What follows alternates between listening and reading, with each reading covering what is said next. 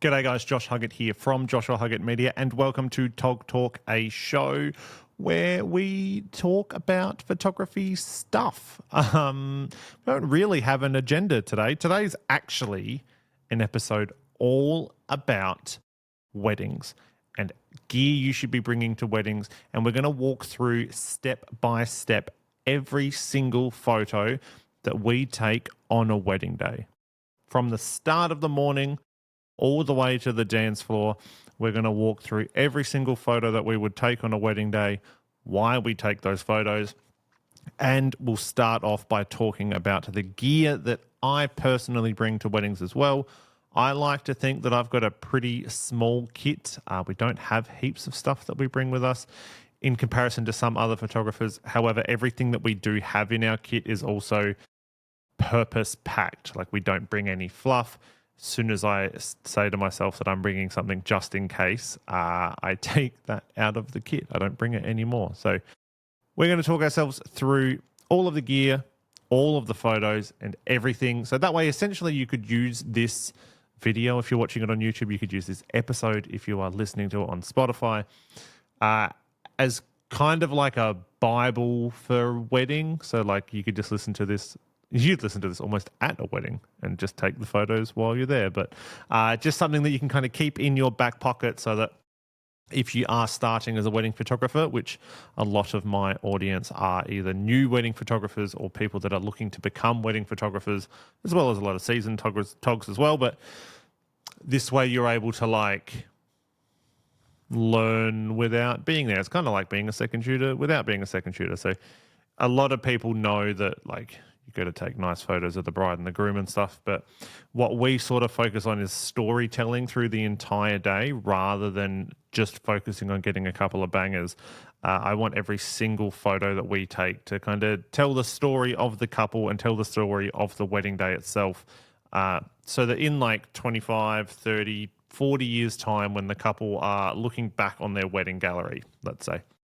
So my well before wedding photography, I worked aged care for 11 years and I spent 9 of those years in memory support, so which is like dementia care and looking after people that had dementia and their memory was going. And so a lot of what we do here is all about memory triggering down the line based on all of my experiences being in aged care for fucking 11 years before this, which is why we deliver photos that most photographers probably wouldn't deliver. You know, like if the bride and the groom make a silly face, I'm going to take a picture of it and I'm going to send that to them.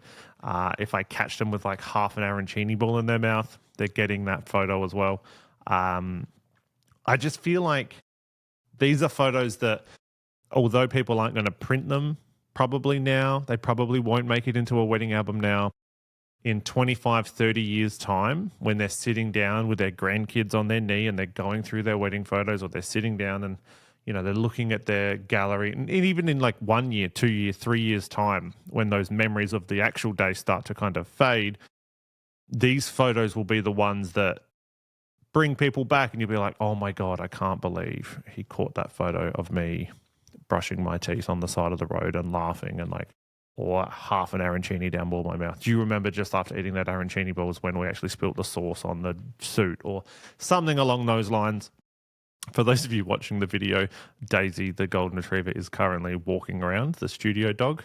So hopefully it's not coming through the audio, but Daisy is walking around. She can be distracting because she's very, very cute.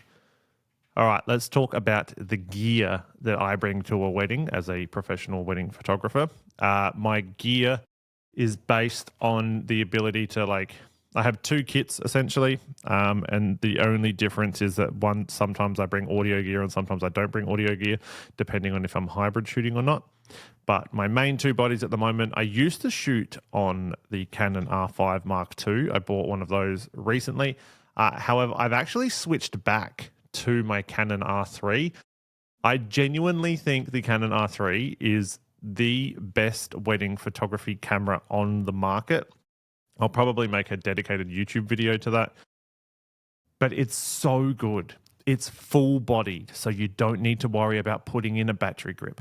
One battery lasts like 6 hours. I don't need to worry about changing my battery. It's why I got caught out so often on the R5 Mark II. Gonna yawn. My son's also sick. He's got an ear infection and a chest infection at the same time. So if you're watching this, like I get a lot of people message me saying like, "Oh, Josh, you look so tired." I am tired. I am very tired. I've got a sick child and I'm a wedding photographer. So yes, if I look tired, it is because I am. But yeah, the R3 being full bodied, it's rubberized, so you're never going to lose your grip. If you're holding it one way, you can actually physically tip the camera to the other side, and it has trigger buttons on there as well. So you can use it in whatever orientation that you want. It's rubberized so that if it hits against the wall, I don't need to worry about it breaking. It is just enough megapixels at like 24, I think it has, off the top of my head. Canon R3 megapixels. Yeah, 24.1 megapixel camera. So it's got just enough megapixels that you're able to take photos that can still get put on fucking billboards or whatever, but no one's ever going to do it. But I'm not chewing through SD cards. I'm not having to change out SD cards. I shoot on two 128 gigabyte SD cards, one in each, in each camera. And I'm not having to like change because the raw files are so big, but they're also like not so small that you're not able to use them for anything. At the time, it had some of the best autofocus in the game with its eye tracking. It has the eye, like you can actually put your eye up to the viewfinder and track with your eye, but it was also had eye tracking on the subjects. The R5 Mark II and the R1 now have brought out better autofocus, but at the time it was ridiculous. Like people were saying that the R3 was overkill because it was essentially made for sports photographers, which means I can shoot at a really fast rate as well. I can take a lot of photos in a really short matter of time. So when people are walking back down the aisle, it's why we're able to get such good confetti photos, because we had eye tracking. So it was tracking on the subject the whole way down, and we were able to shoot at like 60 frames a second or whatever. And actually get, I think that's a bit of a stretch. I think it's like 24 photos a second, but they're coming back down. You can get that one still image and it's just absolutely superb. Battery life I talked about. The R3, I think it's so good. Yes, it's heavy. Yes, it kind of hurts my hands after a while, but I just love it. I came back. One of them's got like 450,000 clicks on it. The other one just had its shutter curtain replaced, so it's essentially brand new again. To the point that I'll probably buy another one, or I might start looking at some secondhand ones to buy those and just keep them in my arsenal because I don't feel like spending $10,000 on the R1. So I shoot on two Canon R3 bodies. They are fantastic. They do a great job. My main lens was recently, up until literally yesterday when it arrived in the mail, I have been shooting on the Canon RF50 1.2. Love that lens. It's just amazing. It can do everything. You could essentially shoot an entire wedding on that 51.2. But I have recently, as of yesterday, switched to the Canon RF 1.4.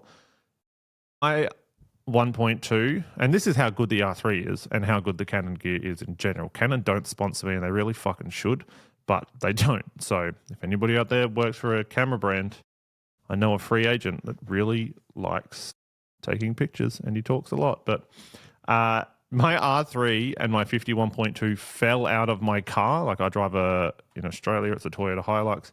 In America, it's a Toyota something. But it essentially fell from like 1.5 meters in the air onto asphalt, like road bitumen. The zoom just crunches. You've heard it if you've watched some of my older YouTube videos, you can hear it crunching. And I just never got it fixed because I'm always working. But now it's really starting to like lose focus. It's just the lens has kind of had it. It's caused a couple of issues in cameras. So the 51.2 is on the shelf until I get it fixed. So I did buy the Canon RF 1.4. I tested one of those lenses recently. Canon sent one out to me to make some videos on that I never edited. But it's a great lens. And at 1.4, you get enough low light that you're not actually going to notice the difference between 1.4 and 1.2. It's so much lighter than the 1.2. Just a great lens, and it's like half the price to buy. So it was like I got it just recently on sale for 1,800 Australian dollars. Perfect lens. So I'll be able to shoot an entire wedding day on that lens that focuses really fast, and it's just a great little all-rounder. On my second body, I'm shooting currently on the 15 to 35 2.8. Love that lens. I love wide angle lenses. Maybe it's because I've come from skateboarding and watching skateboard videos, but I just love the ability, and this is what I think that we need to be doing as wedding photographers, is actually talking or actually like creating images that people can't create on their phones. So now we're in this era where people are like, oh, I could take that on my phone. I could take that on my phone. We could do that on our phone. The portrait mode on iPhone and stuff is just getting better and better and better. Eventually, like an 85 millimeter, like an 85 1.2 taken on an iPhone, like the equivalent of an 85 1.2 and portrait mode on an iPhone are going to be very, very similar. It's going to be really hard to sort of tell them apart. This is where I like shooting super wide on my 15mm lens, sort of like comes into its own, because you're creating images that it kind of stops people, like stops the scroll. You know, that whole like, you got to stop the scroll. It does. It stops people scrolling. It stops people from whatever they're doing. And they just kind of look at that image and they go, oh, whoa, like, how was that taken? How did you get all of that in? Even if just for a second, like photographers will pick it up really quickly, but those outside the photography industry will look at those photos and they'll go, geez, how did they take that? Like, it's so wide. How did you get so much into the room? And that's why I'm loving shooting at 15 at the moment, because it brings that back. Of yester, if you had a good camera, people would be like, wow, how did you take such a nice photo? Oh, it's because I'm a professional photographer and I've got gear. Now, a lot of that mysticism, that mystic, that aura, that it's getting a real fucking crystal reader at the moment, isn't it? That a lot of that like secrecy has kind of been revealed, because now somebody can just go down to the shops, buy a camera for not that expensive, buy a lens on Facebook Marketplace, and recreate the images pretty quickly. So being able to find something that adds that sort of like, oh God, I can't think of the fucking word, but adds that sort of like mysticism or whatever you want to call it. I love it. So 15 to 35. If I'm getting towards the 35 end of my lens, I'll just switch to my 50 1.2 or 1.4 now and just take a step back so that it all fits in. Now, if I'm working in a really tight environment, like I'm working in a hotel room or something like that, I do also bring a 35 1.4 as well, just so that I can still get my portrait images in a tight space. Sometimes we're put into, like I'm literally standing in the corner of a room, huddled up inside a cupboard trying to shoot on my 50. So we added the 50mm the 35mm 1.4 into the bag so that we can still take nice portrait images even if we're in a really tight space. Ideally, I'll be using my 50, but we do have that 35 there just to keep us get us out of a pinch. We also use the 35 1.4 sometimes for the entry to the reception, like because I don't want to set up a flash pretty much ever. So if it's a tight reception space, we can switch to that 35 1.4. It's going to let in enough light that we can still shoot at 1/250th, 1/320, 1/320 is next of a second and get those images. We do lose a little bit of the compression. But the 35 1.4, a great lens that we've got in our kit. From there, we also have the 70 to 200, the RF 70 to 200. This lens really only comes onto my camera for the ceremony. Me, as a person, we're a bit of a personality hire almost, where like people hire us because we've got high energy. We're there to have a good time. We're there to really like muck around, run around, do whatever. The ceremony is pretty much the only time of the wedding day that has nothing to do with me. Like we don't have anything to do with the ceremony. That's the time for the couple to spend time with their family, their friends, and their celebrant, and to get legally married. They don't need us there being this like big high energy, like look at me. So that's the closest I get to being a fly on the wall. That's when we switch to the 70 to 200 because we're able to get those close-up photos without anybody seeing me. Ideally, during a ceremony, I will never be in front of like the first 4 rows of people. I don't want people looking at me in a ceremony. There's enough to look at. I want people to be looking at the bride and the groom, or the groom and the groom and the bride, the bride, the dog, whatever's happening. I want them to be looking at them, and not looking at me walking around. So we take all of our photos from at least 4 rows back. We're never in front of anybody. I don't want to get in the way of family members being able to see their fucking kids getting married. I don't want to be in the way of grandma when she's trying to she's fucking made it to the ceremony and everybody's so excited that she's still alive. But then they can't see anything because there's a fucking photographer standing in front of them. That annoys the absolute living shit out of me. So we take all of our photos from 4 rows back. That's where the 70 to 200 comes in. We're still able to get a nice, neat photo of the couple holding hands or whatever without interfering or being in the way. After the ceremony, literally as soon as they've done their first kiss, that 70 to 200 goes back into the bag and it doesn't come out again at all for the rest of the day. From there, we also have in our camera case, we have the Holdfast Moneymaker dual strap. So we have a dual camera harness that we wear. We wear that all day so that we can carry both cameras on us at all times. If you don't have a dual camera harness, I cannot physically recommend the Holdfast Moneymaker more than anything in this world. It was one of the first pieces of kit that I ever spent my money on. I still remember sitting, because I was still working as a car salesman trying to become a wedding photographer. I'd bought a cheap strap on eBay and I fucking hated it so much. And then I remember having that Holdfast Moneymaker in my cart. It would have been recommended on the Ben Hartley Facebook group or something like that. I remember having it in my cart and it was 950 Australian dollars. And I've just gone, fucking hell, that's a lot of money. It's a lot of money for a strap. I bought it because I was no, it's time to invest in yourself. Buy yourself a good strap. It's going to carry all of your gear. You need to buy a good strap. So I bought I've got the Holdfast Moneymaker vegan leather edition in brown. I am still using the exact same camera strap now, some 300 and something, 400 weddings deep. And it looks brand new. You could not tell that it has been worked every single weekend since I purchased it.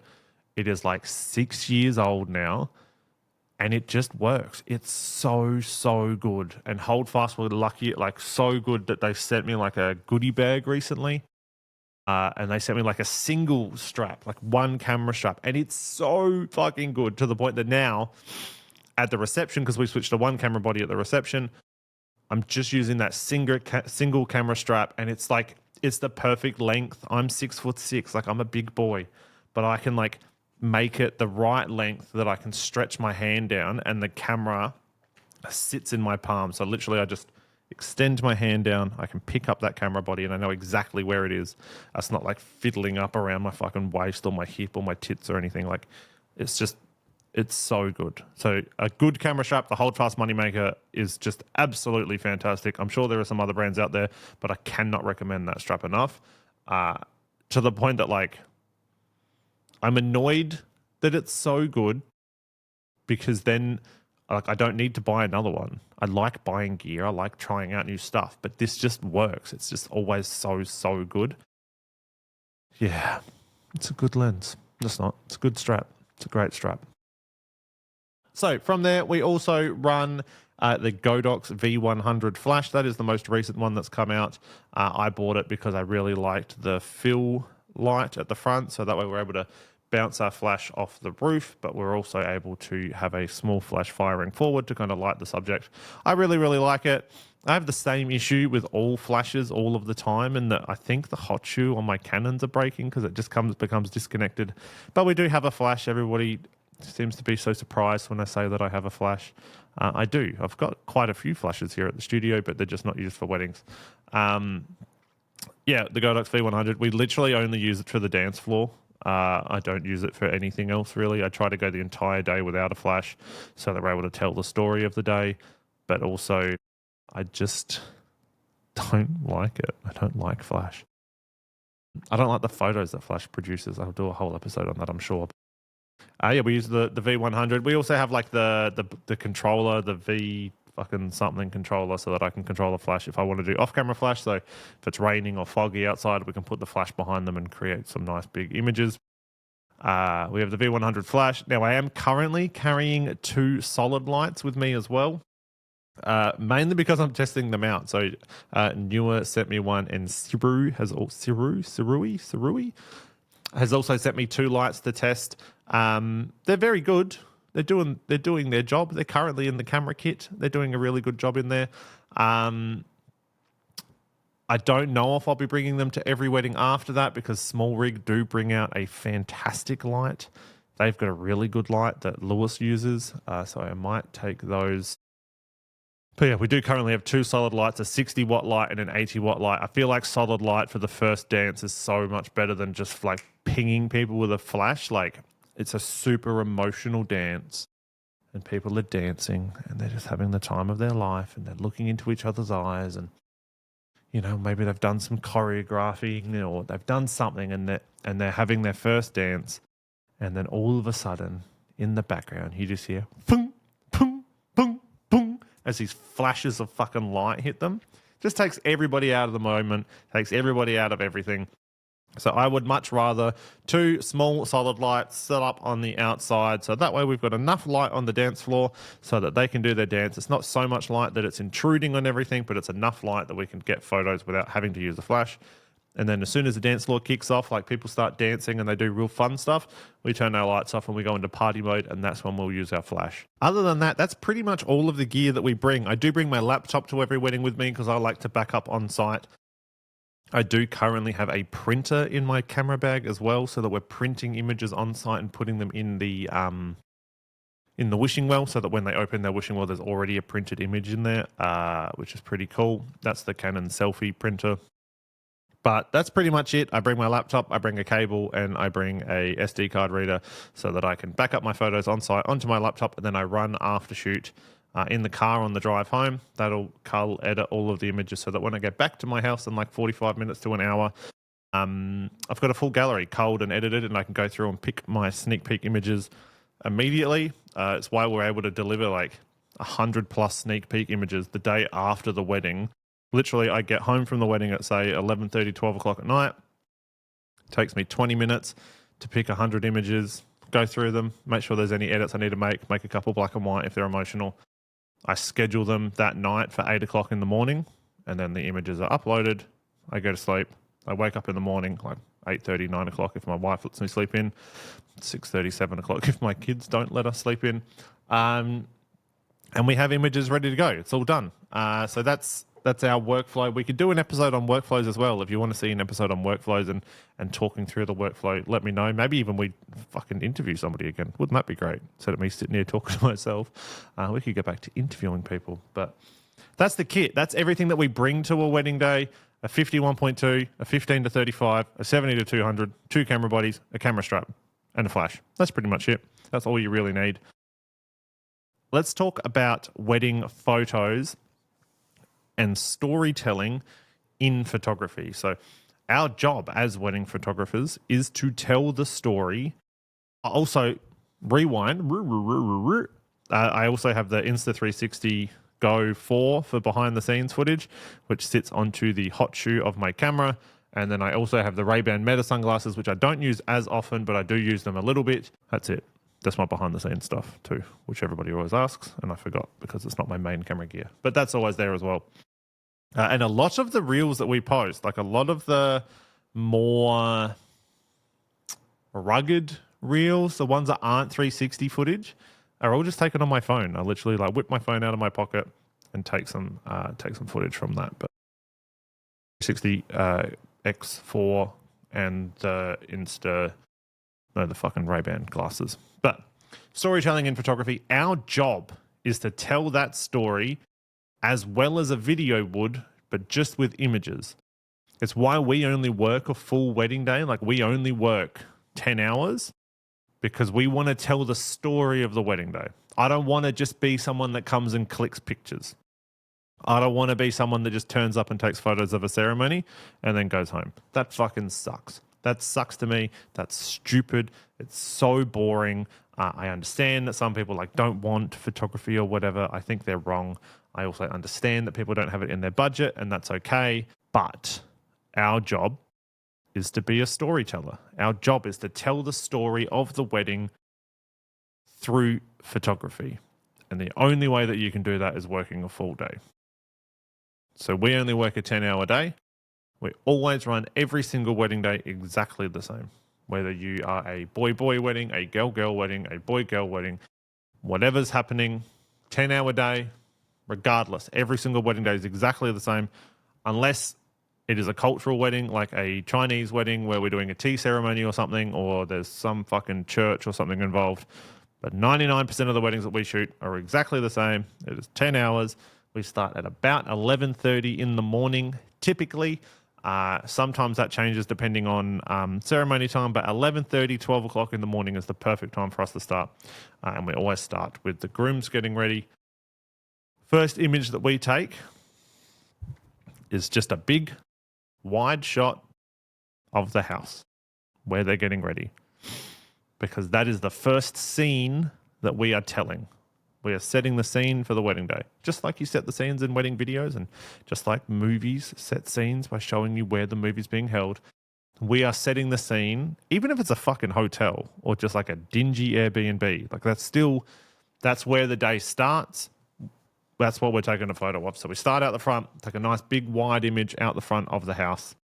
So that way we know where we're starting. Second image is usually the letterbox or the door, because we are walking inside, telling the story of us, the photographer, walking inside to get these images. Normally it's like of the house number or something like that. If it's nice, that's always a good photo to take. Hopefully you can't hear the siren happening outside. But second image is like the door.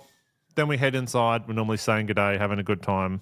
Let's just pause this for a sec. Yep. So once we're inside, our job is to say good day, do all that fucking housekeeping, find out who the groom is and say hello and all that sort of stuff. But then we're moving on to details. So normally when we get into the grooms getting ready, I'm just going to talk boy-girl wedding, because that's a majority of the weddings that we shoot. Girl-girl weddings and boy-boy weddings are slightly different. Mainly based on timing, especially if you've got two brides getting in dresses, that can kind of fuck the timeline a little bit, but the photos that we take are the same regardless. But we head to the boys. First photo we're taking is outside. Second photo we're taking is of the door. The third photos that we're taking are normally detail photos, unless there's some sort of candid moment happening inside. So we're finding a big window, or just a window. I want natural light. We're finding a window. We're finding something grungy that we can take the photos on. So sometimes that's like a chair. Sometimes that is like a wooden table or like a side table. If we're going into a bedroom, it's a bedside table. I like the contrast between really, really nice objects like shoes, bow ties, cufflinks, aftershave, and the grunginess that is an old wooden chair or a scratched up table. It really highlights how nice everything is in the contrast of everything else that's sort of happening around us. So second photos that we take are of the details. We put everything into a neat little pile. We don't spend too much time trying to make it look like the most perfect flat lay like Michael from the vendor table with his little fucking boxes and stuff. We just put it in a nice pile and try to make it look good. I really like symmetry and I really like straight lines. So if we can make some straight lines with that stuff, that's exactly what we're going to do.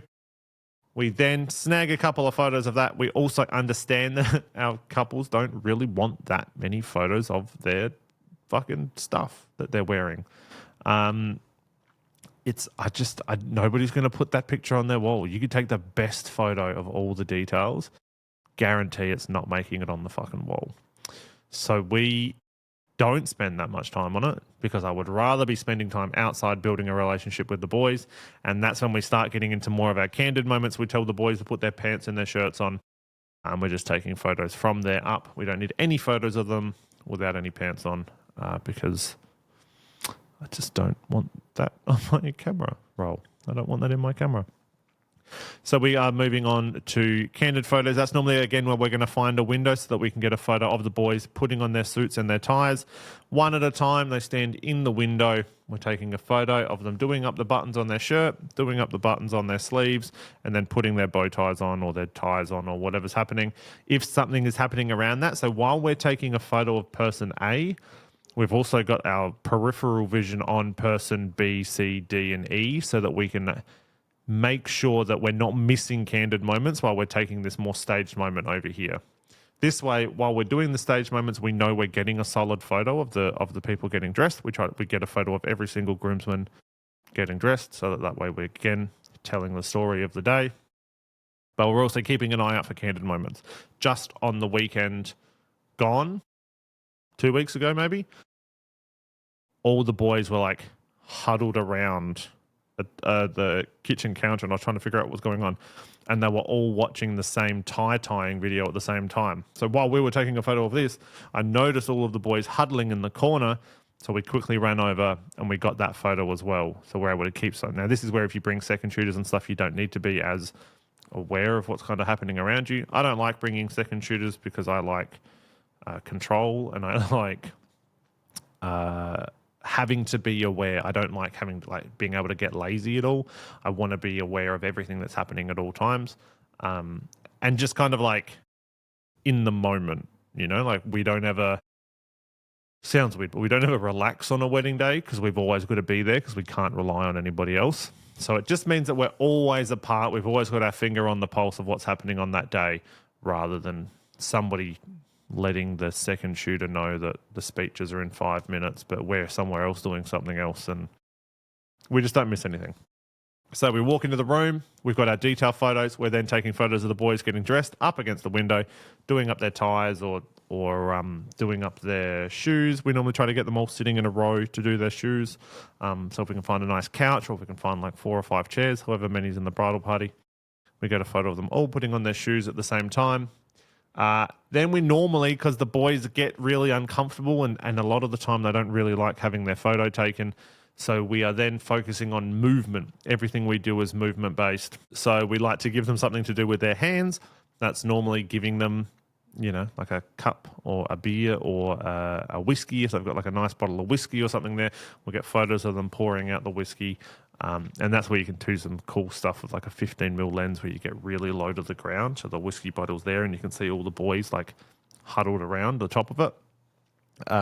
But we're going to give the boys something to do with their hands. Normally from there, we just go for a quick walk outside, up and down the street. We just try to get the sun behind them, or we find some nice trees or something. We just go for a little bit of a walk, like walk up and down, give each other a little bit of argy-bargy, a little bit of a push around.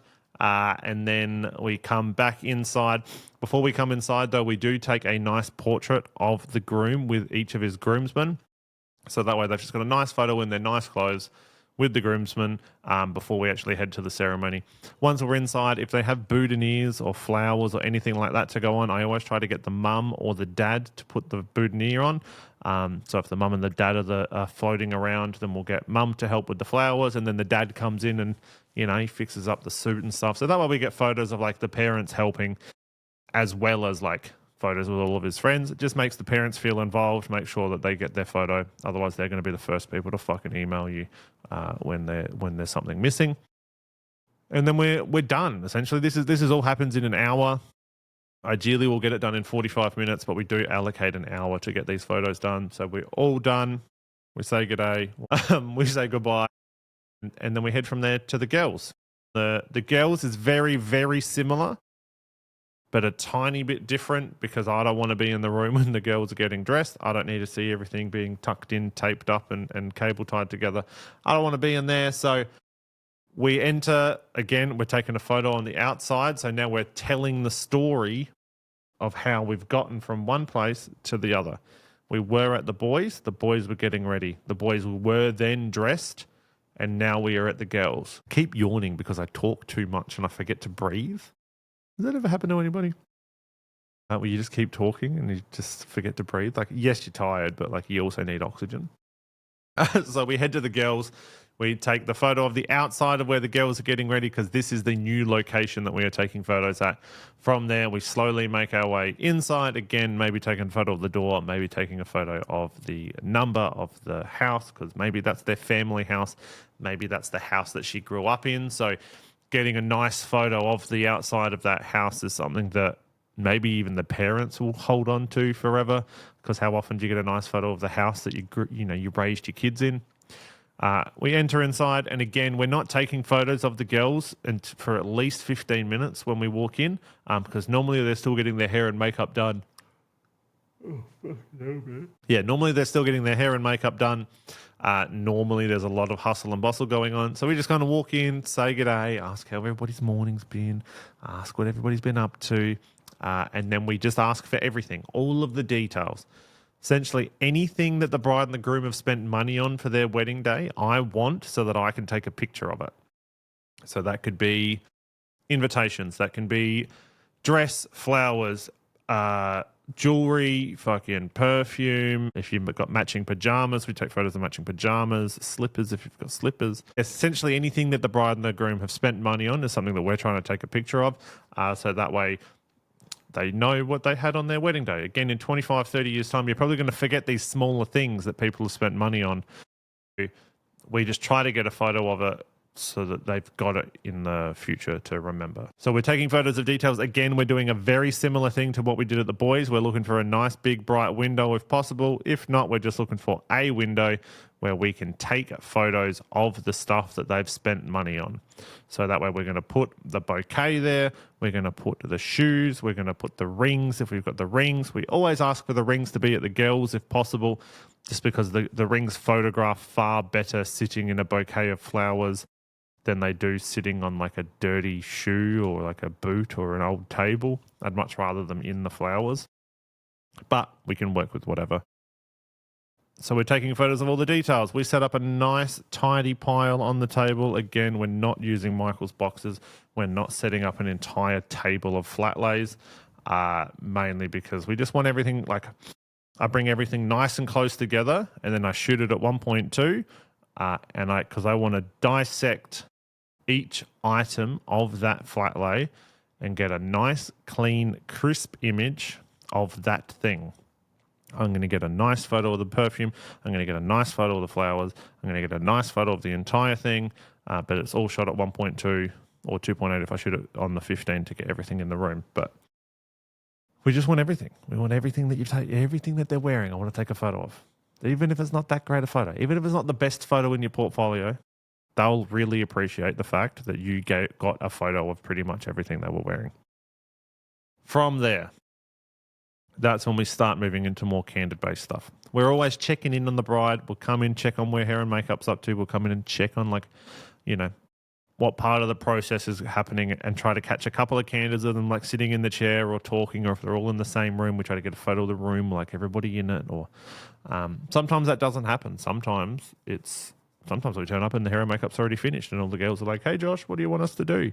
And that's when we get to tell them, like go and have a break. Go and just sit down. Like, you're not going to be able to sit down for most of your wedding day. So giving people the option to actually sit down is really nice because they won't get to do it again. So we get to do that.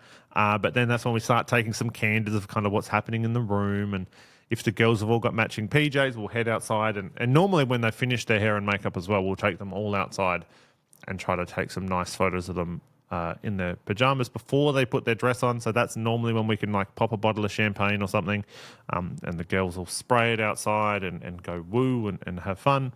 If they've got matching pajamas or anything like that, we try to take a nice photo of everybody together, obviously, and then a nice individual of the bride with her bridesmaids in the matching pajamas, because again, that's money that's been spent. We want to make sure we get a photo of it, and we're getting a photo with the hair and makeup looking its absolute best because nothing has happened yet. From there, if we are doing any first looks and that sort of stuff, we do try to need to kind of get that set up. But ideally from there, what we're doing is sending the bride and the bridesmaids inside to get dressed. We tell everybody to get dressed at the same time.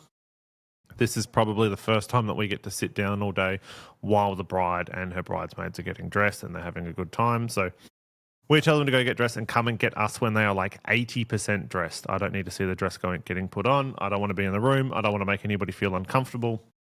We just want everybody to be getting dressed so that they can do it themselves. When they're 80% dressed, normally they come and get us and they say, Josh, we're ready to go. And that just means we can get photos of like the zip coming up on the back and everybody looking at each other. And we always do that in the most well-lit room in the house as well. We're looking for something light and bright and airy. If we can't find that, we'll just do it as close to a window as possible so that we can get some nice natural light on those hands putting up that dress. And we try to get mum to help with that as well. If there's a mum there or a grandma or something like that, we'll get photos with grandma helping with that dress, putting that dress on. And then maybe it's the maid of honor or something that puts the veil in if they're wearing a veil, or anything along those lines. It's just putting on the finishing touches. From there, we're going to put the bride into the window. Not in the fucking window, Josh, like next to the window. This is where we're going to then take those nice portraits. So ideally, I'm going to be on my 50 1.2. We're going to get some nice crisp images of those like earrings going in and that sort of stuff. But if that's not an option, then I'll be shooting on the 35 1.4. Still getting a nice creamy bokeh behind the bride, but also giving us the actual option of fitting her in the frame. So we're going to get photos of the earrings going in, the jewelry going on, the perfume being sprayed, some nice portraits holding the flowers in the window. And then we do a first look if we need to do a first look. If we don't need to do a first look, normally by this point, it's time for us to leave. We leave for the ceremony half an hour before the bride does because we want to be there half an hour before the bride is. And that just gives us the option to like get some nice photos of the area being set up before it's all ruined by people's friends and family. It also gives us the ability to see if anything's changed. Like if we get to the venue and it's not where it's supposed to be, or if something's gone wrong, or if something's not set up, or just on the weekend gone, we were there early and the flowers started falling apart. Like they had a big floral thing, like a big thing of flowers, and it kept falling forward. And it was about to fall off the pew. So before anyone even knew that there was a problem, me, the celebrant, and Jake, the videographer, were able to fix the problem. I grabbed my printer out of my camera bag, and I stuck it underneath the flowers to kind of like prop it up. So that was an issue that we were able to fix before, like, because the florist wasn't there anymore. So it's an issue that we were able to fix before anything had happened. So it didn't happen during the ceremony. It was just a little thing that we were able to like patch together. And that gives us that option. That gives us that time because we're there half an hour early. It also gives our videographers time to set up tripods and put recorders on people.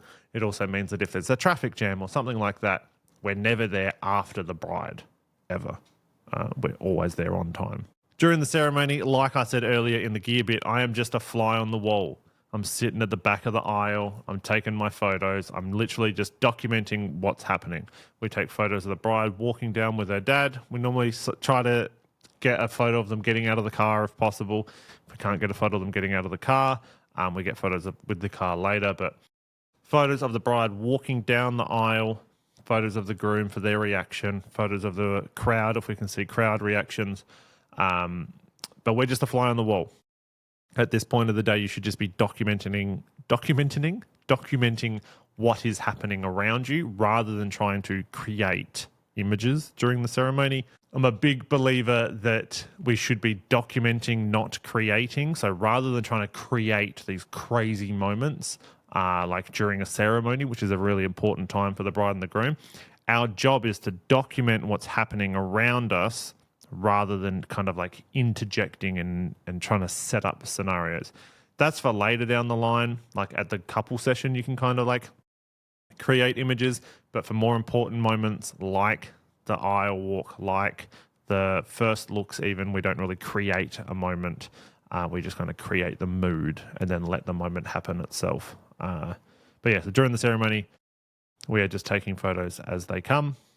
And then after that, they do their big kiss. We've got a first kiss photo. So during the ceremony, I take most of my ceremony photos in like the first 6 minutes of that ceremony. I'll take like 85% of my images in the first 5 to 6 minutes. Bride walking down the aisle, groom reaction, dad kissing and cuddling. And then while they're there, while they're kissing and cuddling, I'm going to get a nice photo of all the groomsmen because this is the best they're going to look for that entire ceremony. Same with the bridesmaids. As soon as they are there, that is when we're taking our photo. We get a nice photo of the whole groom's party, and then I try to zoom in on my 70 to 200. I'm sitting at like 200, and I'm getting a nice portrait of every groomsman in that line. Then I turn my body, and I focus on the bridesmaids. I get a nice of all the bridesmaids and an individual of all the bridesmaids, because that is the most comfortable that they're going to be for that entire ceremony, because after 15, 20, 30 minutes, they start fidgeting. They're not going to be standing in a straight line. Maybe they're kind of walking around a little bit. Not walking around, but like moving around a little bit. So the more images you can get right at the start of that ceremony, the better they're going to be. That's normally when the bride and the groom are their most centered as well. So we get a nice big wide image of everybody there. And then we're going to try to get a nice big wide image of everybody in the wedding as well, like everybody that's attended. And we do all of that in the first couple of minutes. That's also when the bride and the groom are going to be at some of their happiest because they've just seen each other for the first time. So they've got big smiles. They're all in love. Everybody's crying. You can get all of your photos in like 5 minutes. And then the rest of it after that, I'm really just looking for moments. So there is a few key moments of a ceremony that you need to be taking photos of. Other than that, you can kind of take a step back. So people you don't need to take photos for the whole ceremony. All that's going to do is draw attention away from the people actually getting married and pull attention to you, which shouldn't be happening as a photographer during the ceremony. It's got fucking nothing to do with you. Get out of the way. So we take all of our photos really quickly at the start, and then we head back. We kind of just like slink, like Homer Simpson, like crawling back into the fence. We essentially do that. And then we just kind of slink around the outsides, and we sit on our 70 to 200 so we can zoom in and get a photo of dad crying at the vows. Or we zoom over this way and we can get a photo of mum and dad holding hands, watching their daughter getting married. Or we can come around this way and we can get a photo of the bride saying her vows because she's starting to cry. Or then we can kind of slink around the back again and get a photo of the groom reacting to the vows. And it's all very, very easy, and no one ever really sees us kind of moving around because we're always at the back. So we're just going to document those. We're going to get photos of that. But as soon as those rings come on, so as soon as those rings come out, for every wedding photographer watching this, as soon as the rings come out of the box, at any second, that celebrant, officiant, or chaplain, priest, can call that first kiss. So you need to be in your first kiss spot any second from those rings coming out. Some celebrants will spend 6 seconds and they'll be like, the ring's on, the celebrant's already fucked off, and they're ready to call that kiss. The next celebrant you work with could do a 5-minute monologue on the meaning of marriage and how much they love. There is no standardized time. So as soon as those rings come out, as soon as the celebrant calls for the best man to bring the rings up, you need to be fucking ready. You need to be crouched, ready for your first kiss photo, because it is happening at any second.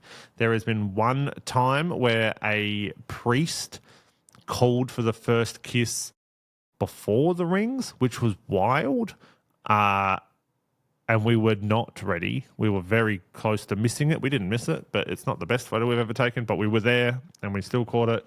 But like, as soon as those rings are out, first kiss is there, you're going to be ready for that first kiss. I always think that a full-bodied first kiss is better than a shoulder-up first kiss. That's just me personally, and I like a first kiss photo with the whole bridal party in it, like where you've got a nice wide one and the whole bridal party's there and you get them doing their first kiss and everybody reacting. We do often get asked, so I'll try to take 2. That's why we tell people to kiss for 3 seconds, because it normally gives us time to take 2 photos, like 15 and 35, like boop, boop, and you can zoom in and get a cropped in one. Some people want a first kiss photo with none of their bridal party in it. There's no real way of knowing until you've actually taken the photo. But after that, you've got your confetti photo.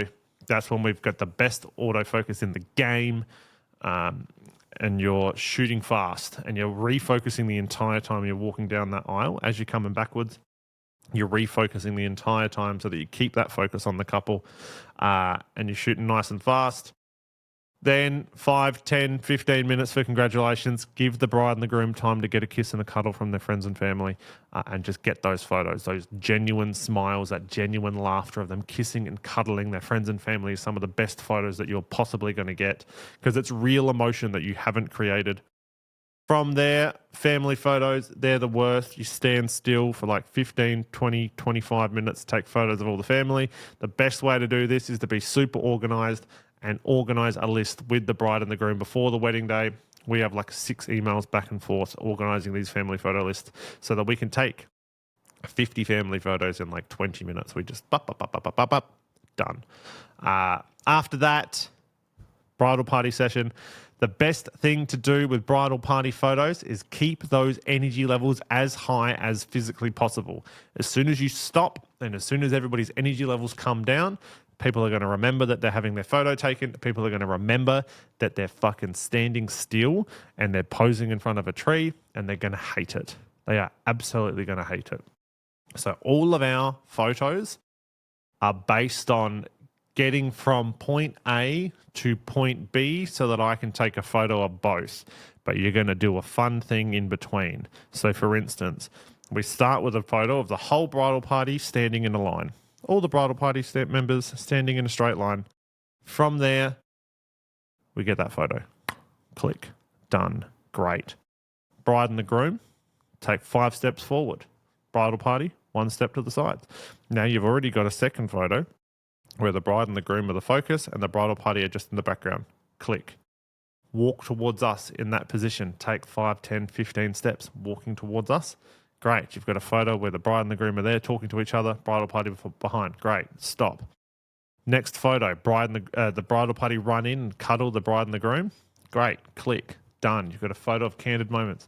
Then you can click a few photos after that as well of the bridal party like laughing because they like just tackled their friends. While they're there, back into a straight line. Straight line again.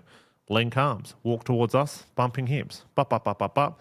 You've now already got like 20 photos of them hanging out with their friends and family in like not 2 minutes. We're not even 2 minutes in and we've already got 4 different sets of photos and candids in between. From there, we normally tell the boys to fuck off so we can take photos of the girls because the girls are harder to move around normally because there's a big wedding dress. So the boys can go to the side, go have a drink. Don't go far away because we normally bring drinks to the bridal party session, but go and have a drink over there and just relax. Girls, all stand together, put your flowers together, do a cheers, do whatever, fucking throw your flowers in the air, do a flower crown if you want to. Do all of your girl photos, get a nice individual photo of the bride with all of our bridesmaids as well, one at a time. Nice photo of just the bride, then the bridesmaids can fuck off. Or you can then also just bring the groom in if you want a photo of the groom with all of the bridesmaids. Not that common of a photo, but sometimes it does get asked. But then you can send the bridesmaids away. Go have a drink, go have something to eat. Bring the boys in. Again, all the boys together. Sometimes the boys pick up the boys, sometimes they don't. That way you can then get an individual photo. So while you're taking photos of one group, the other people are having a break. So they're already more relaxed again. You've given them the opportunity of like relaxing, have something to eat, have a drink. Great. Oh, come back. Just take a couple more photos. We can do all of the bride's party and all of the groom's party and the whole bridal party and the couple session all in like 45 minutes. Then we bring the boys back, or boys and girls back together, ask if they want to pick up the groom. You've got to figure out if the bridal party could actually pick up the groom before asking. It's, what's the nice way of saying this, Josh?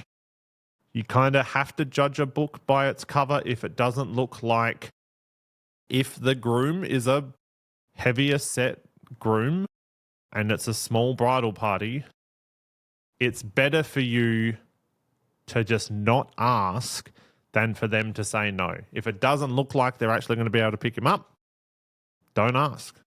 Don't even mention it. Because all it's going to do is make people feel self-conscious, and it's always just going to make people feel like shit. So we do those very quickly. Then we send the bridal party away so that we can do the couple session.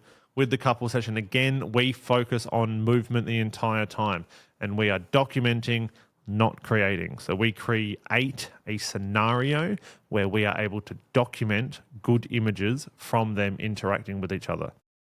Go for a walk. Walk up that way together, holding hands. Send them away from us. I don't want them anywhere near me because the closer they are to me, the more aware they are they're having their photo taken. Walk back towards us, holding hands, looking at each other. That way, they're not looking at me. I don't want them to look at me. I want them to look at each other. Remind them of the fact that they're getting married and they're there.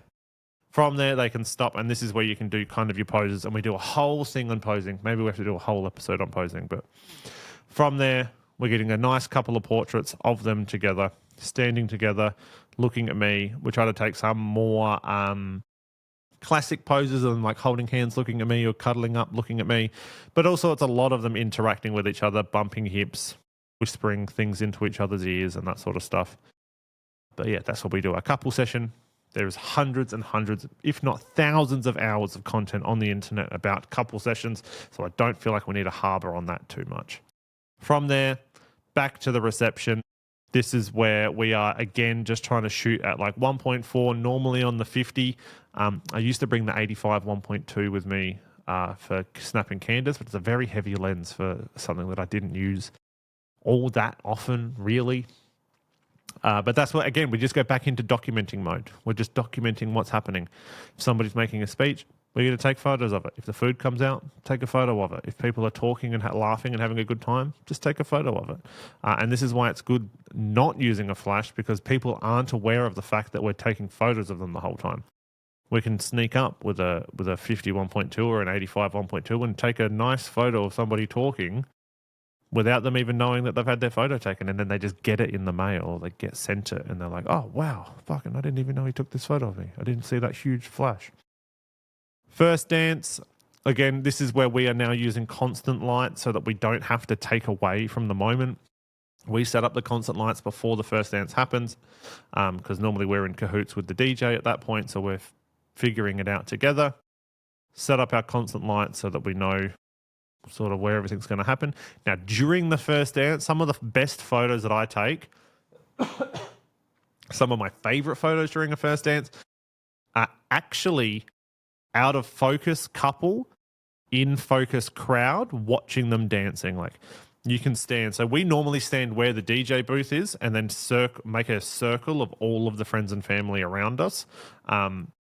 So that, like, if they're making if you imagine a horseshoe, we're standing at the open section of the horseshoe and being surrounded by all the friends and family. Some of my favorite photos are on like the 51-2, where the bride and the groom are out of focus and, like, you know, because they're nice and close to the lens. And then just getting a photo of like the mum and dad cuddled up watching their daughter do their first dance. It fucks me up. It's such a good photo. So we take those, but then we're also, and because we've got all of our own lighting and it's all solid light, we don't need to worry about like them being not in the flash zone or whatever. The flash zone? Is that a thing? I feel like that should be a old 80s like superhero or old 80s cartoon, this flash zone. Well, we're able to take photos of all of that. And then the dance floor is when we put our flash back on. What we deliver is some clean dance floor photos. So that's just the dance floor with the flash on, normal, like capturing the moment as it is. And then we also deliver a batch of light drag images as well, where we, you know, have a longer exposure and the light like flashes through, and, you know, it's trendy at the moment, but I don't know how long it's going to be trendy for. So rather than sending a whole gallery of images like that and then those photos being outdated, we deliver some of both so that the gallery lasts a longer time. And that's it. We then back up our images on site, cull them and edit them through Aftershoot, and then we upload sneak peeks in the morning. But that's every image that we would take on a day, and that is all of the gear that we bring with us to every single wedding day. I've had this idea in my head for a while, kind of like talking through it. Hopefully it helps in some way. Like, I think it helps being able to just kind of like listen to what photos you should be taking. I did originally record this as a podcast. This is my second time recording this, but I went through a gallery image by image. However, the screen recording on Riverside didn't work, so we are here. If you'd like to listen to that other one, and if you'd like me to upload that, let me know. Maybe I'll upload it as a YouTube video and put the gallery link in the comments so you can watch it and click through side by side. But yeah, that's been Tog Talk. Hope you enjoyed this. If there's anything you'd like me to cover, let me know. I'm actually tomorrow, so today's the 18th of June. Tomorrow I'm going on Cassidy Lynn's podcast. I was on Summer Grace's podcast a couple of weeks ago. And then I've got the vendor table in a couple of weeks as well. So there is a lot of me talking happening on the internet at the moment. But if there's anything you'd like me to cover, let me know in a comment or fucking send me a message on Instagram at I'm Josh Huggett. I am very, very, very, very, very close to 200,000 followers. We are at 198,000 followers. Hopefully we can hit it fucking soon. I was in an internal race against Mike Jeffrey to hit 200,000 followers. I think he's going to beat me to it because my reach kind of died in the last week, but still great mates. Anyway, thank you so much for listening to Tog Talk. Again, any questions, anything you want me to cover, let me know in a comment. Otherwise, until I see you again, and until I see your little fucking face on Instagram or TikTok, just let it be known that I fucking love you. Peace.